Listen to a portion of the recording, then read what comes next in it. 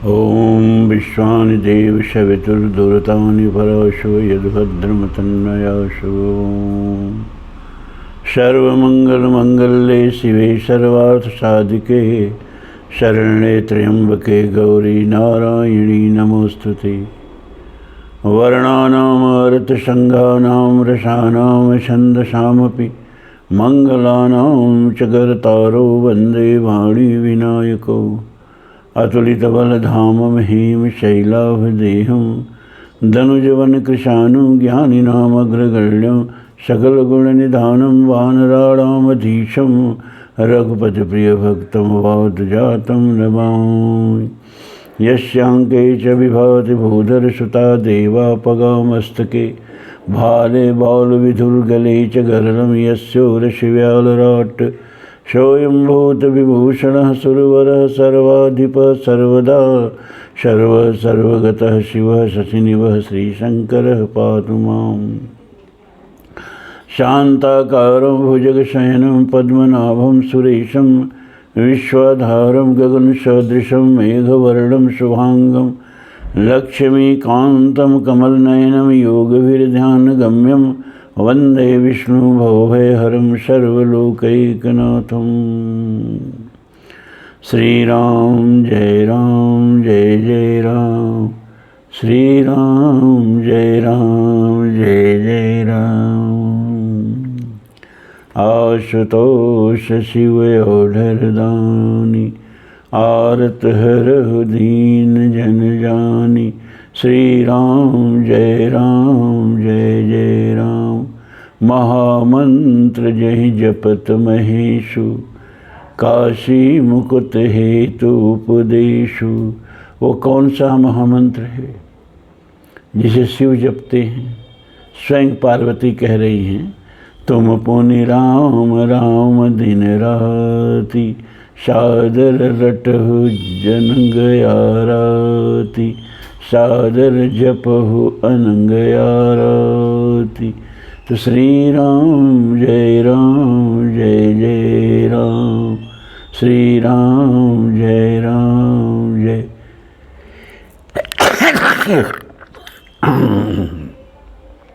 जय राम। धर्म सत्संग प्रेमी सज्जनों, जुकाम कई दिन से परेशान किया है, तो आज सावन चढ़ गया। अरे क्या कर रहे हैं, मतलब आज पूर्णिमा सावन की चढ़ गई और कल उतर जाएगी। लेकिन कल उदया तिथि में पूर्णिमा पड़ रही है, इसीलिए सावन की पूर्णिमा कल मनाई जा रही है। वैसे पूर्णिमा आज चढ़ गई है, कल सावन उतर जाएगा और दोपहर के समय ही उतर जाएगा, दिन भर नहीं रहेगा। तो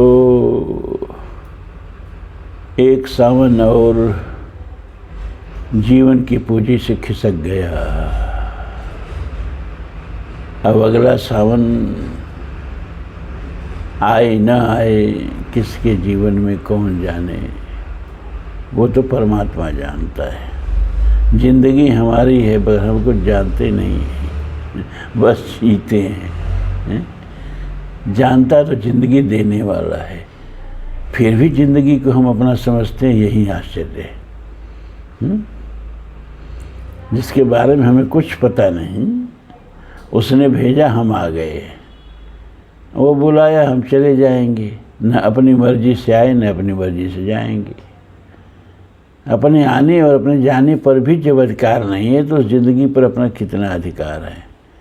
ये जीवन ही परमात्मा का है, और जब जीवन परमात्मा का है तो सब कुछ परमात्मा का है। नाथ सकल संपदा तुम्हारी। उस संपदा में जीवन भी एक संपदा है, परिवार भी एक संपदा है, धन वगैरह भी एक संपदा है, और सब परमात्मा का है। आपका है क्या? ये शरीर आपका है? आपसे पूछ के यह जवान हुआ, आपसे पूछ के वृद्ध हो रहा है, आपसे पूछ के आपका साथ छोड़ देगा? हैं?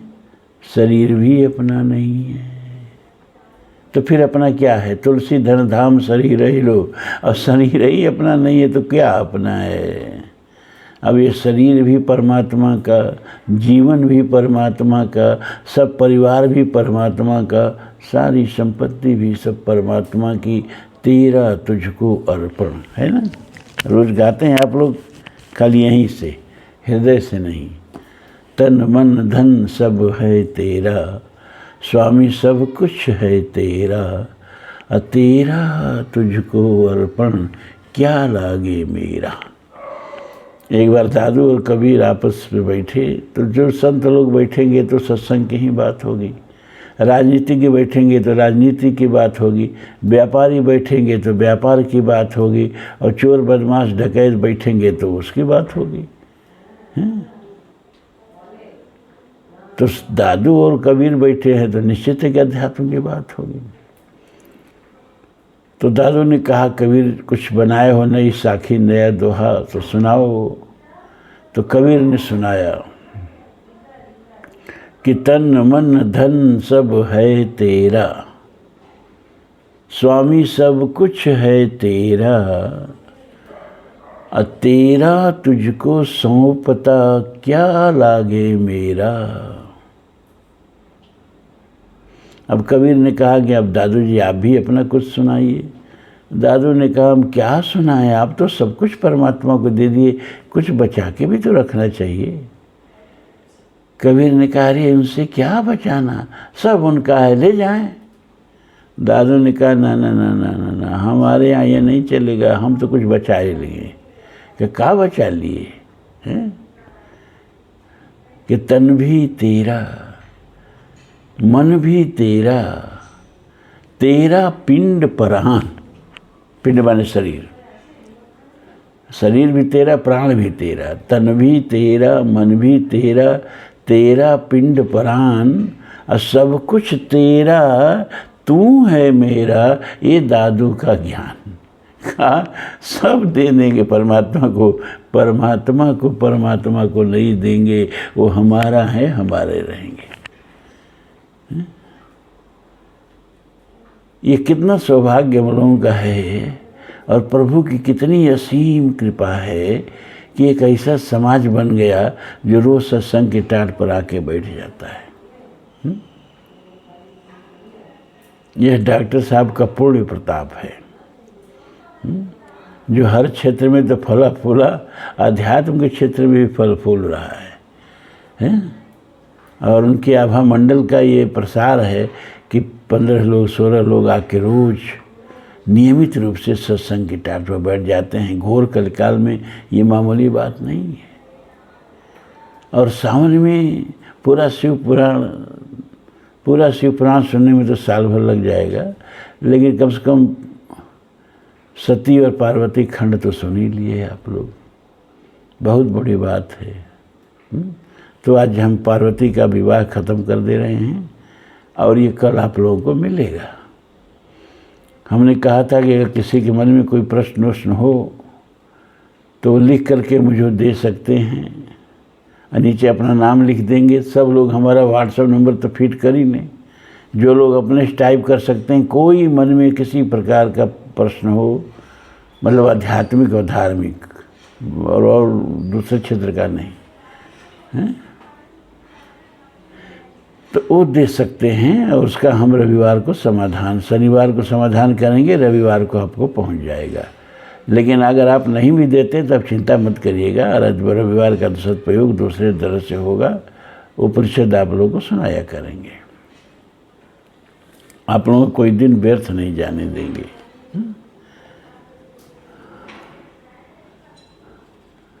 तो शिव जी का आप देखें, अब आज का विषय है शिव के विवाह का उपसंहार।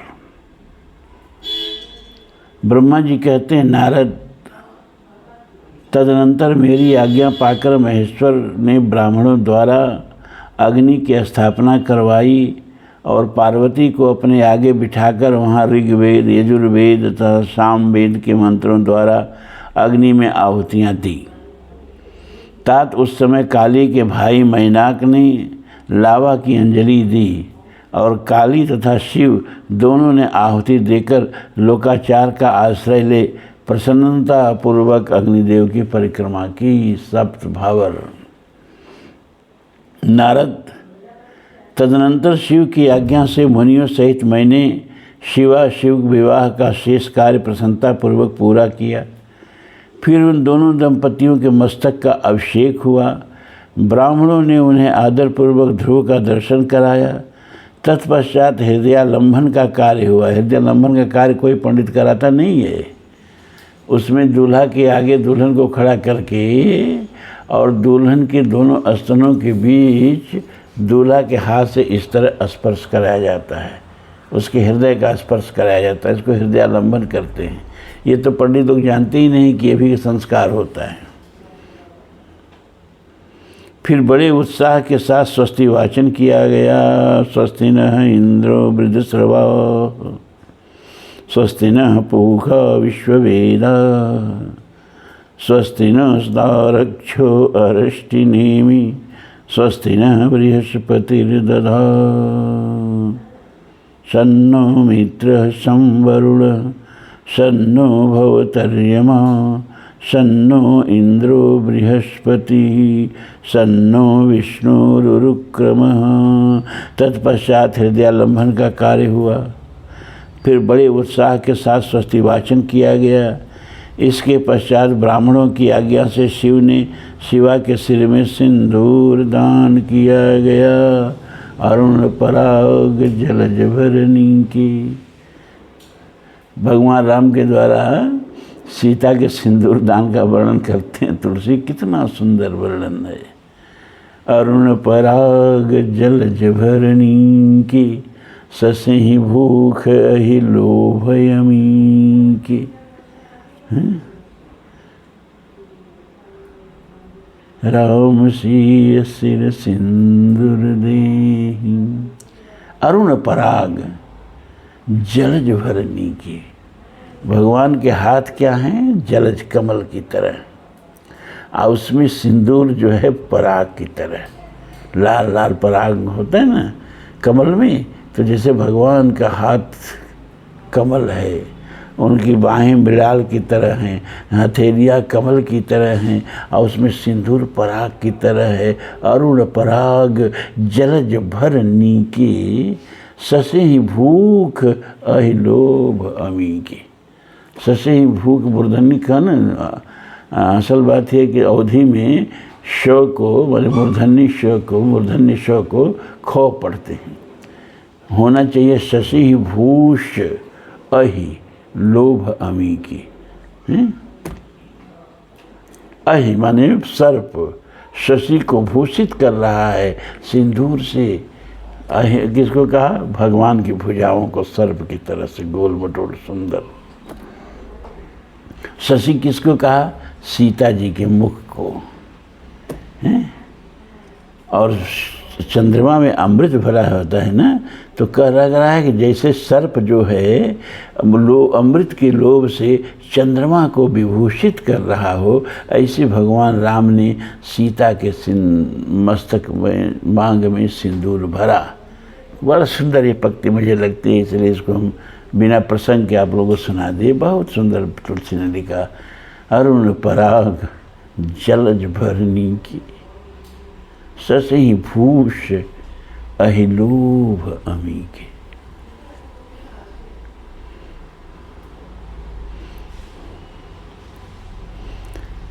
शिव ने शिवा के सिर में सिंदूर दान किया।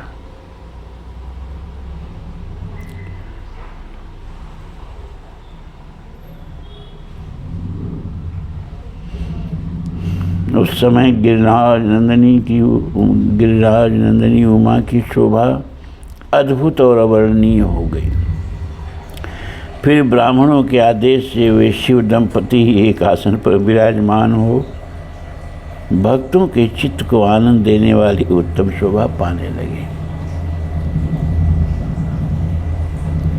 मुने तदनंतर अद्भुत लीला करने वाले उन नव दंपति ने मेरी आज्ञा पाकर, किसकी? ब्रह्मा की। ब्रह्मा अपने को वृत्तांत ब्रह्मा सुना रहे हैं ना नारद को। मेरी आज्ञा पाकर अपने स्थान पर सस्रव प्राशन किया। संस्रव प्राशन क्या होता है भैया? ये भी पंडित जी लोगों से आजकल के पूछ दीजिए तो नहीं बता पाएंगे, विवाह करा देते हैं। संस्रव प्राशन होता है अग्नि में घी की आहुति देकर स्रुआ में अवशिष्ट घृत को प्रोक्षणी पात्र में डालने की विधि। एक प्रोक्षणी रखी रहती है ना, काठ का एक प्याला नुमा रखा रहता है, तो घी की आहुति स्वाहा, इसके बाद फिर उस प्रोक्षणी में जो बचा रहता है घी गिरा देते हैं। इसको कहते संस्रव प्राशन। प्रत्येक आहुति में ऐसा किया जाता है। जब जब भी आहुति दें फिर प्रोक्षणी में संस्रव प्राशन करें। और प्रोक्षणी मतलब वही प्याला लकड़ी का होता है काला सा, इसे उसमें जो घी डाला जाता है उसको संस्रव कहते हैं। अंत में यजमान उसे पीता है, इसी को संस्रव प्राशन कहते हैं।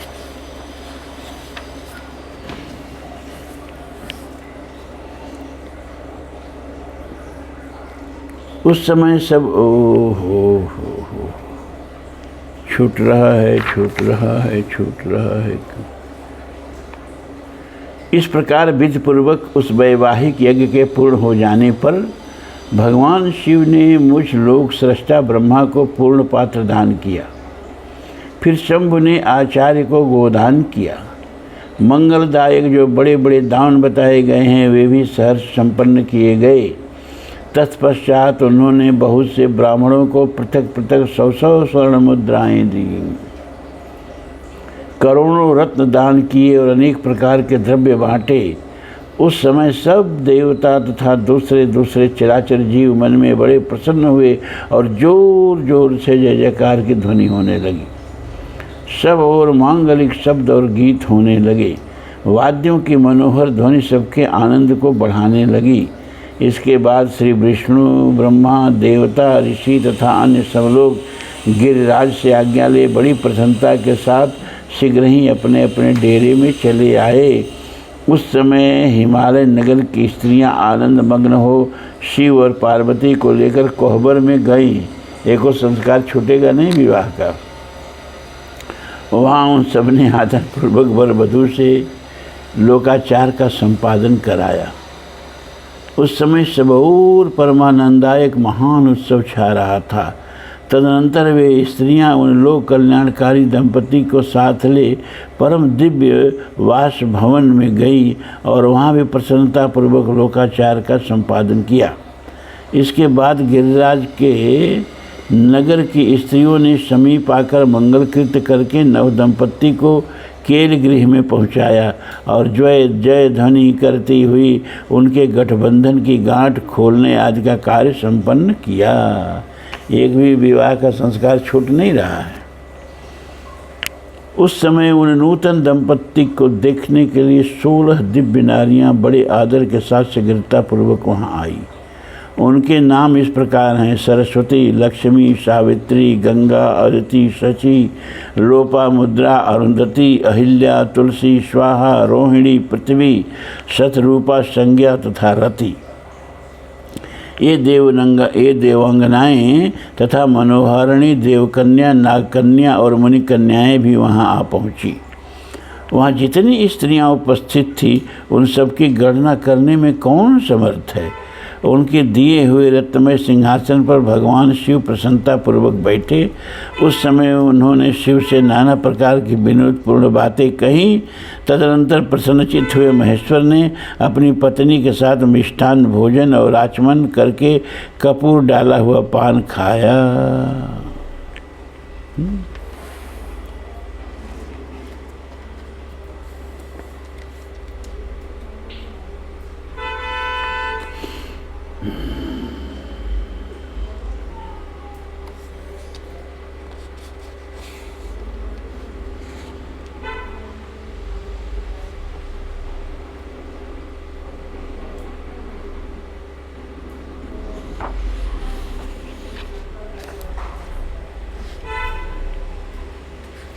इस तरह विवाह शिव और पार्वती का पूरा हुआ। अब एक ब्राह्मण पत्नी का, मतलब ब्राह्मणी का, पार्वती को पातिव्रत धर्म का उपदेश देना बड़ा महत्वपूर्ण है। लेकिन अब कोई स्त्री तो अब सत्संग में आती नहीं, तो इसको सुनाने से क्या फ़ायदा। आप लोग सुनिए कि क्या करेंगे।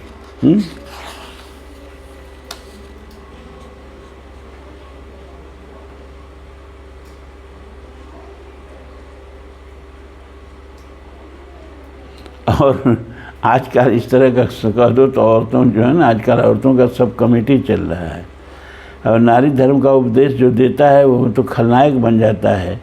अभी एक अनुरुद्धाचार्य संत थे और एक प्रेमानंद जी महाराज हैं वृंदावन के, कुछ इस तरह के संयम वाली बात कह दी है, उनके खिलाफ सब औरतें हो गई हैं, सब अपशब्द कह रही हैं। अब इसमें कहा जा रहा है पातिव्रत धर्म में तत्पर रहने वाली स्त्री अपने प्रिय पति के भोजन कर लेने पर ही भोजन करे। शिवे, जब पति खड़ा हो तब साध्वी स्त्री को भी खड़ी ही रहना चाहिए।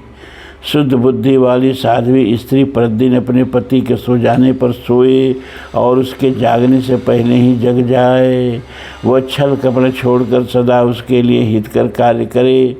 शिवे, साध्वी स्त्री को चाहिए कि जब तक वस्त्राभूषण से विभूषित न हो तब तक वह अपने पति की दृष्टि के सम्मुख न जाए। यदि पति किसी कार्य से परदेश गया हो तो उन दिनों में उसे कदापि श्रृंगार नहीं करना चाहिए। पतिव्रता स्त्री कभी पति का नाम न ले। पति के कटु वचन कहने पर भी वह बदले में कड़ी बात न कहे। पति के बुलाने पर वह घर के सारे कार्य छोड़कर तुरंत उसके पास चली जाए और हाथ जोड़कर प्रेम से मस्तक झुकाकर पूछे, नाथ किस लिए इस दासी को बुलाया है। अब आजकल की औरतों को सब कहिए तो मुँह न चलेंगे, अरे बाप रे ये सब क्या हो रहा है। नारी स्वतंत्रता पर इतना बड़ा पहरा, क्या फ़ायदा जब कोई स्त्री है ही नहीं तो किसको सुनाया जाए।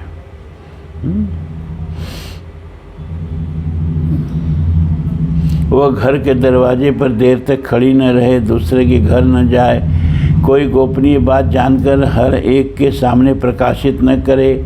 पति के बिना कहे ही उनके लिए पूजन सामग्री स्वयं जुटा दे तथा उनके हित साधन के यथोचित अवसर की प्रतीक्षा करे। पति की आज्ञा के बिना कहीं तीर्थ यात्रा के लिए भी न जाए। लोगों की भीड़ से भरी हुई सभा या मेले आदि के उत्सव का देखना वह दूर से ही त्याग दे। जिस नारी को तीर्थ यात्रा का फल पाने की इच्छा हो उसे अपने पति का चरणोदक पीना चाहिए। उसके लिए उसी में सारे तीर्थ और क्षेत्र हैं, इसमें संशय नहीं। अब बताइए, ये सब पार्वती जी को एक ब्राह्मणी ये सब शिक्षा देती हैं कि पत्नी के लिए पति ही शिव रूप है। जो पति की आज्ञा का उल्लंघन करके व्रत और उपवास आदि के नियम का पालन करती है वह पति की आयु हर लेती है। देवेश्वरी पतिव्रता नारी के लिए एकमात्र पति ही ब्रह्मा, विष्णु और शिव से भी अधिक माना गया है। जो स्त्री पति के कुछ कहने पर क्रोधपूर्वक कठोर उत्तर देती है वह गांव में कुतिया और निर्जन वन में सियारिन होती है।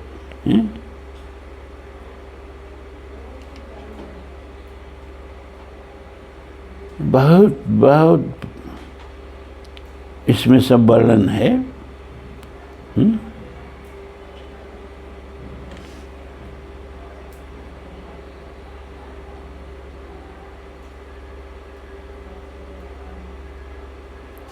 गिरिराज कुमारी, इस प्रकार मैंने तुमसे पतिव्रता धर्म का वर्णन किया है।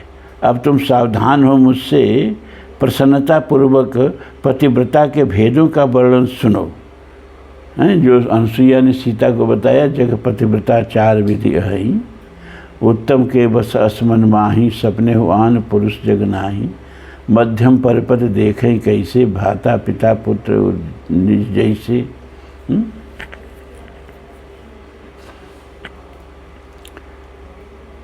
पतिव्रता नारियां उत्तमा आदि भेद से 4 प्रकार की बताई गई। यही से तुलसी ने लिया है, देखो ठीक यहीं से लिया है मानस में।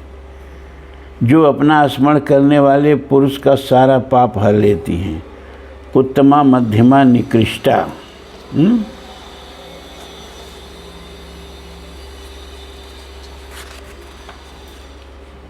अति निकृष्टा ये पतिव्रता के 4 भेद हैं। अब मैं इसके लक्षण बतलाती हूँ, सुनो, ध्यान देकर सुनो। भद्रे, जिसका मन सदा स्वप्न में भी अपने पति को ही देखता है, दूसरे किसी पर पुरुष स्त्री को नहीं, वह स्त्री उत्तमा या उत्तम श्रेणी की पतिव्रता कही गई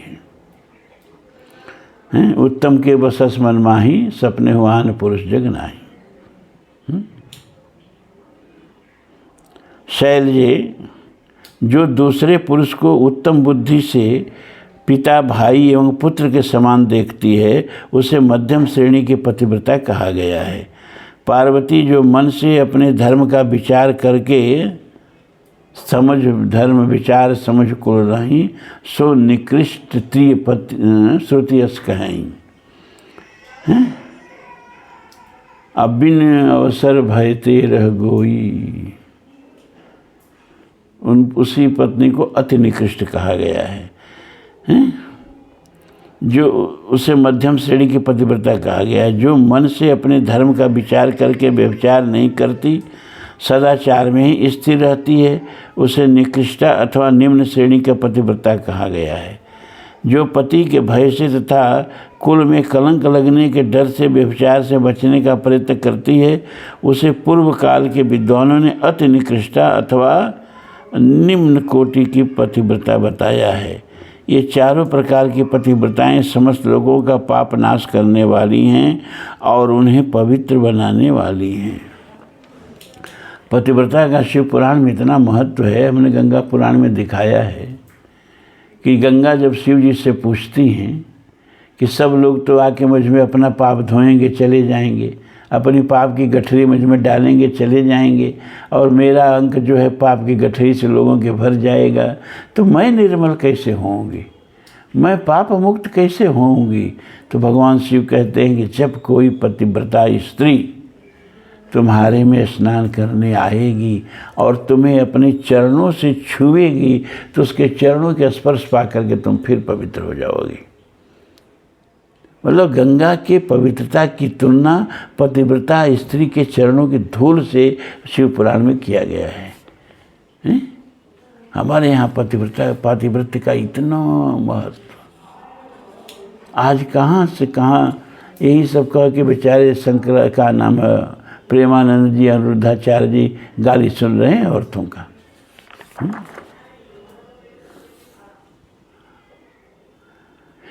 तो इसका श्लोक भी सुना दें आपको।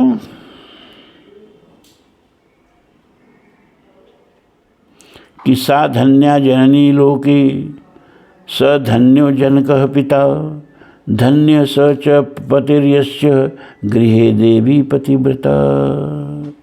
वह माता धन्य है, वह पिता धन्य है जिसने पतिव्रता पुत्री पैदा किया, और वह पति धन्य है जिसके घर में पतिव्रता स्त्री रहती है। पितृवंश्य मातृवंश्य पतिवंश्य स्त्रयः पतिव्रतायाः पूर्णेन स्वर्गे सौख्यानि भुंजते। पतिव्रता के पुण्य से पिता, माता और पति के कुलों के 3-3 पीढ़ियों के लोग स्वर्गलोक में सुख भोगते हैं।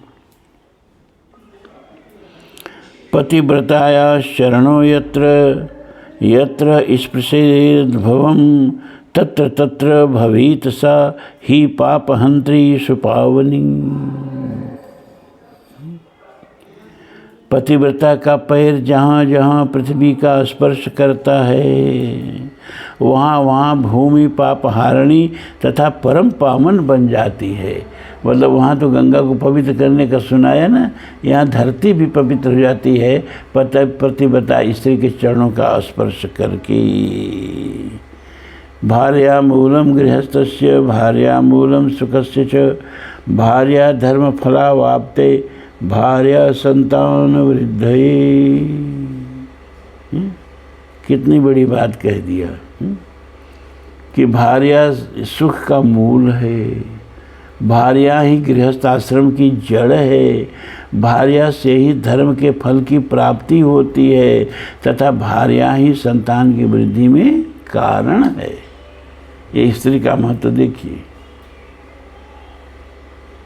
यथा गंगावगाहेन शरीरम पावनम भवेत तथा पतिव्रताम दृष्ट्वा सकलम पावनम भवेत। गंगा में स्नान करने पर पवित्रता आती है और पतिव्रता स्त्री का दर्शन मात्र कर लेने से उतनी पवित्रता प्राप्त हो जाती है। तारः पति श्रुति नारी क्षमा सा स्वयं तपः फलम पति सक्रिया सा धन्यो तो दंपति शिवे। ये ब्राह्मणी जो हैं ये सब उपदेश माता पार्वती को देती हैं कि पत्नी जो है वो पति को तारती है। सती नारी और गंगा में कोई भेद नहीं है। पतिव्रता और उसके पतिदेव उमा और महेश्वर के समान हैं। अतः विद्वान मनुष्य उन दोनों का पूजन करे। पति प्रणव है तो नारी वेद की ऋचा, पति तप है तो स्त्री क्षमा, नारी सत्कर्म है और पति उसका फल। शिवे सती नारी और उसके पति दोनों दंपति धन्य हैं। ये पतिव्रता स्त्री का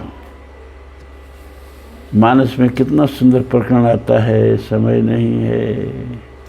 शिव का धनुष उठ नहीं रहा है।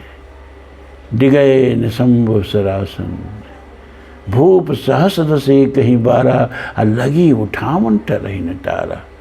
रावण बाण महाभट भारे, देख सरासन गवई सिधारे। एक रामायण में तो यहाँ तक वर्णन है कि रात को कहा रावण के चल के पहले रात को देखें, रात को अगर उठ जाए तब दिन में चल के उठाएंगे। तो रात को आता है और धनुष में हाथ डालता है, हाथ चला जाता है नीचे धनुष की, लेकिन फिर खींचता है तो हाथ निकलता ही नहीं है। ऐसे ही दांत चियारे पड़ा रहता है, दिन भर पड़ा रहता है। जब भगवान राम धनुष उठाते हैं तो हाथ उसका खाली होता है, तब भागता है वहाँ से। तुलसी ने इतनी बेइज्जती उसकी नहीं की। रावण बाण महाभट भारे, देख सरासन गवई सिधारे। तो तुलसी के मन में इच्छा जगी कि शंभु सरासन की अडिगता की, गुरता की, दृढ़ता की किसी चीज़ से तुलना दी जाए। तो लगे सोचने किससे तुलना दें, चलो कैलाश से दे देते हैं। लेकिन कहा कि रावण ने तो कैलाश को उठा लिया, कहो तो कहीं कैलाश पुनि लीन से जाई उठाई। अब मन हो तौल निज बाहुबल चला, अधिक हर्ष आए। कहा तो पृथ्वी का नाम अचरा है, पृथ्वी से इसकी तुलना कर देते हैं। लेकिन तुरंत याद आया कि चरत दशानन डोलत योनी। चलता है रावण तो धरती ढक ढक ढक ढक करने लगती है, और रावण चलता है तो धरती हिलती है। लक्ष्मण जी तो क्रोध से बोल देते हैं तो धरती हिलने लगती है। लखन सकोप वचन जे बोले, डगमगान मह दिग्गज डोले। और लक्ष्मण जी ने बोलते हैं तो धरती हिलती है। अब भगवान राम तो धनुष बाण की तरफ देख देते हैं, धरती हिलने लगती है। कह दास तुलसी जब ही प्रभु सर चाप कर फेरन लगे, डगमगहि दिग्गज डोल मही, ऐ सिंधु भूधर टलमले। डोल मही, धनुष बाण छुआ, धरती कांपने लगी। ये बात बात पर कांपने वाली धरती से तो शिव धनुष की तुलना नहीं दी जा सकती। बैठे हैं, शाम हो गई, हनुमान जी कहे आओ भाई देखें क्या आज लिखे हो। रोज़ हनुमान जी हस्ताक्षर करते थे। तुलसी ने कहा प्रभु आज तो कुछ नहीं लिख पाए हैं, कल यही लिख के बैठे हैं कि डिगये न शंभो सरासन कैसे। उपमा ही नहीं मिल रही है कि शिव जी का धनुष कैसे हिले। उतना दृढ़ कोई चीज़ मिल नहीं रही जिसे तुलना दिया जाए। हनुमान जी ने कहा अरे तो लिखो ना, डिगये न शंभो सरासन कैसे, कामी बचन सती मन जैसे। और आजकल विज्ञापन देखते हैं, एक हीरो अपना लगा लेता है सेंट, पीछे पीछे हाय हैंडसम करके औरतें दौड़ती हैं। गंजी पहन लिया कोई कच्छा पहन लिया कोई, औरतें उसके पीछे पीछे डोलने लगी, कहाँ से गिर करके और कहाँ आ गए हम, और क्या होंगे अभी। तो आज ये शिव पार्वती विवाह हम लोगों का परम परम सौभाग्य। सावन में सद्बुद्धि आई और पूरे सावन भर हम लोग शिव पुराण में शिव पार्वती विवाह का आनंद लिए। कल तो सावन उतर जाएगा, जीवन से एक सावन विदा हो जाएगा।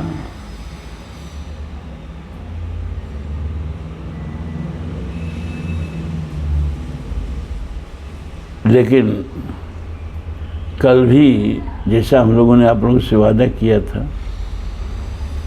शिवरात्रि और शिवलिंग पर थोड़ा कल पढ़ेंगे नहीं, कल प्रवचन करेंगे। शिवलिंग और शिवरात्रि का महत्व बताएंगे, क्योंकि आप लोगों को तो ये कल मिलेगा और हम जो कल बताएंगे वो परसों मिलेगा, सावन उतर गया रहेगा।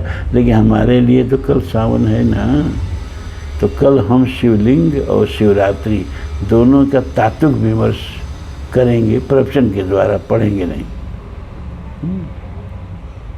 और प्रश्नोत्तर के लिए आप लोग चाहें तो कर सकते हैं, न चाहें, आप मन में कोई प्रश्न नहीं पैदा होता हो तो छोड़िए। और अगर मन में कोई प्रश्न पैदा होता हो तो अपनी संकोच हमसे पूछ सकते हैं। बस ये कहने का मेरा मतलब था। ओम पूर्णमदः पूर्णमिदं पूर्णात् पूर्णमुदच्यते पूर्णस्य पूर्णमादाय पूर्णमेवावशिष्यते। सर्वे भवन्तु सुखिनः, सर्वे सन्तु निरामयाः, सर्वे भद्राणि पश्यन्तु, मा कश्चित् दुःखभाग् भवेत्। असतो मा सद्गमय, तमसो मा ज्योतिर्गमय, मृत्योर्मा अमृतं गमय। ओम शांति शांति शांति। धर्म की जय हो, अधर्म का नाश हो, प्राणियों में सद्भावना हो, विश्व का कल्याण हो। ओम हर हर महादेव।